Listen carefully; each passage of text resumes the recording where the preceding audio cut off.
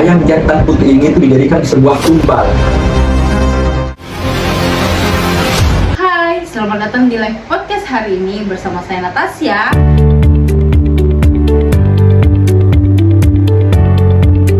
Nah, kali ini kita akan membahas topik tentang suku Kajang. Siapa sih yang tahu suku Kajang? Suku Kajang itu sendiri ada di Bulukumba, Sulawesi Selatan. Nah, langsung saja kita panggil tamu undangan kita, yaitu Bapak Fitra dari suku Kajang.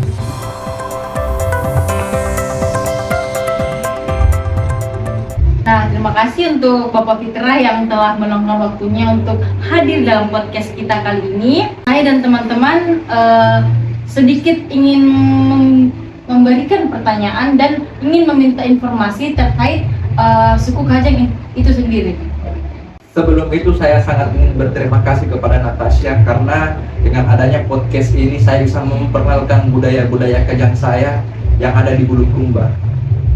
Nah, kemarin sempat saya baca artikel di media sosial tentang suku Kajang. Ternyata suku Kajang itu dinobatkan sebagai hutan tropis, ya, penjaga hutan tropis terbaik yang ada di dunia. Gimana sih masyarakat suku Kajang bisa menjaga lingkungannya, dan bisa mungkin disampaikan kepada teman-teman yang sedang menonton tentang kehidupan atau lingkungan dari suku Kajang. Alhamdulillah, saya sangat senang mendengar kabar ini. Di Kajang itu ada aturan-aturan yang dimana kami itu harus sangat dekat dengan hutan, seperti tidak boleh menebang pohon. Seperti ada sebuah pohon keramat, pohon atau hutan keramat. Hutan keramat itu tidak boleh ditebang sama sekali. Tapi jika ditebang, apakah ada konsekuensi atau hal semacamnya? Ada konsekuensinya. Langsung dari Matoa. Kalau pakaian hitam sendiri itu, kenapa sih konsepnya bisa pakai pakaian hitam, dan ketika masuk ke dalam lingkungannya kita tidak dibolehkan untuk menggunakan sendal? Oh, itu memang sudah aturan adat kami. Terkhusus pakaian kami itu ada yang namanya kamase-mase, yaitu kesederhanaan. Jadi di sana itu kami tidak boleh pakai alas kaki, tidak boleh memakai kita itu harus pakai sarung hitam, baju hitam, dan sebuah selempang. Itu semua masyarakat yang ada dalam situ harus memakai seperti itu, atau ketika di dalam saja bisa mengenakan pakaian itu, ketika di luar bisa diganti kembali dengan pakaian modernnya? Oh ya. Di Kajang tersendiri itu ada yang namanya Kajang Dalam dan Kajang Luar. Kajang Dalam ini itu bernama Desa Tanatoa. Nah, di sana itu yang tidak bisa sembarangan bajunya, harus serba hitam. Kalau yang Kajang-Kajang luar itu diperbolehkan, mau mereka pakai teknologi apa segala macam diperbolehkan semua. Oh, berarti kalau Kajang Dalam itu belum terkontaminasi dengan hal-hal modern seperti teknologi. Di sana warga desanya itu menggunakan listrik atau kayu untuk penerangan lingkungannya? Oke, mengenai penerangan lingkungan, terkhusus Kajang-Kajang luar, mereka itu sudah tercampur dengan teknologi. Tapi Kajang-Kajang dalam itu tidak. Mereka itu dilarang sama sekali menggunakan teknologi, mau itu handphone, dan ini saja seperti gelang-gelang begini dilarang di sana. Tapi apa sih alasan masyarakat Kajang menolak teknologi untuk masuk ke lingkungan mereka? Itu sudah sesuai dengan aturan adat kami. Kami itu menganggap bahwa dengan adanya teknologi ini bisa sangat merusak lingkungan hutan kami. Seperti dengan adanya teknologi seperti plastik. Dengan adanya plastik ini kan bisa merusak lingkungan sekitar. Tapi bagaimana jika tidak adanya plastik? Pasti sudah sangat aman. Berarti kalau bagian suku Kajang Dalam itu belum terkontaminasi sama sekali tentang teknologi. Ya. Lalu bagaimana dengan agamanya?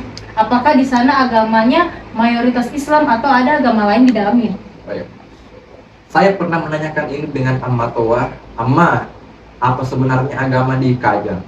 Dia menjawab Solam, yang artinya Islam. Ya, karena kemarin saya bersama tim podcast saya sempat memasuki wilayah Kajang dan tidak ada sama sekali tempat untuk beribadah. Meskipun di sana itu tidak ada masjid, tapi rumah-rumah di sana itu menghadap ke arah kiblat barat. Jadi mereka beribadah melalui rumahnya sendiri. Betul, Apakah betul. seperti itu? Betul. Kami itu beribadah di rumah masing-masing. Tetapi bagaimana dengan sistem perkawinan ini? Oh, iya. Apakah di dalam wilayah Kajang Dalam ini itu masih menganut sistem perjodohan atau mereka yang mencari jodoh pilihan mereka sendiri? Masih menganut. Jika ada sebuah percintaan antara Kajang luar dan Kajang dalam, mereka diperbolehkan menikah. Tapi kalau Kajang dalam mau menikah dengan Kajang luar, Kajang dalam ini harus keluar. Tapi kalau Kajang luar mau menikah dengan Kajang dalam, Kajang luar ini harus mengikuti aturan-aturan yang ada di Kajang dalam.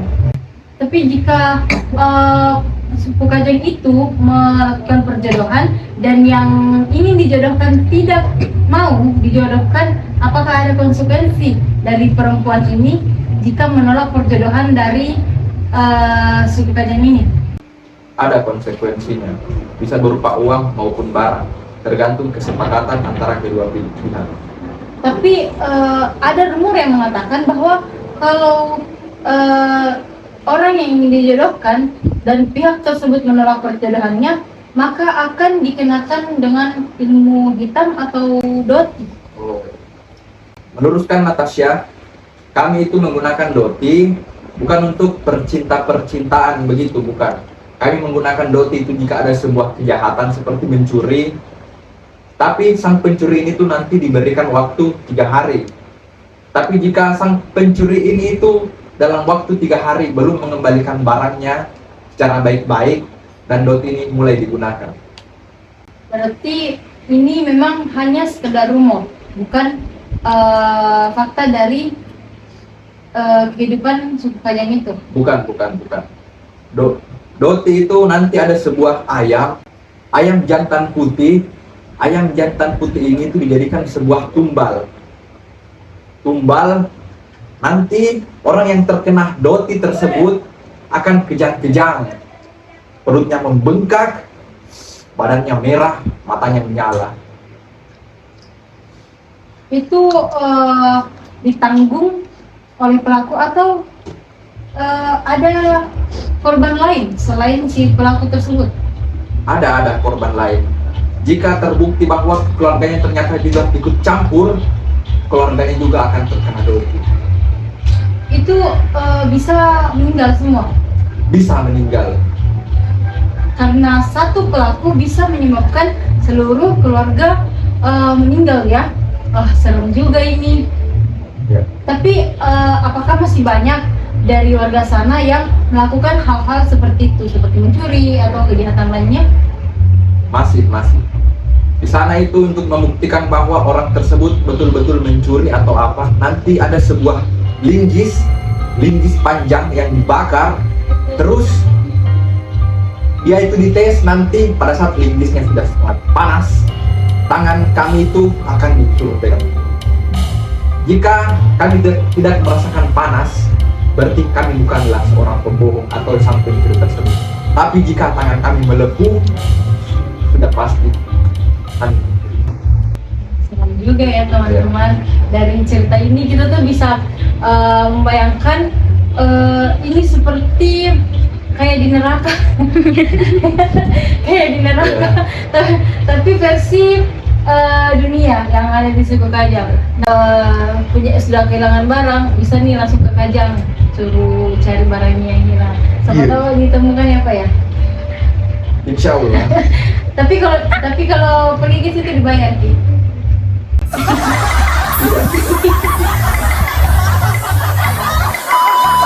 Nah, tadi sempat disebutkan sama Fitra tentang Amatoa. Apa sih arti dari Amatoa dan bagaimana sih orang bisa dipilih menjadi seorang Amatoa di suku tersebut? Amma, Toa. Amma artinya bapak, Toa artinya dituakan. Amma Toa ini tuh pemimpin tertinggi Desa Tanah Toa atau Kajang.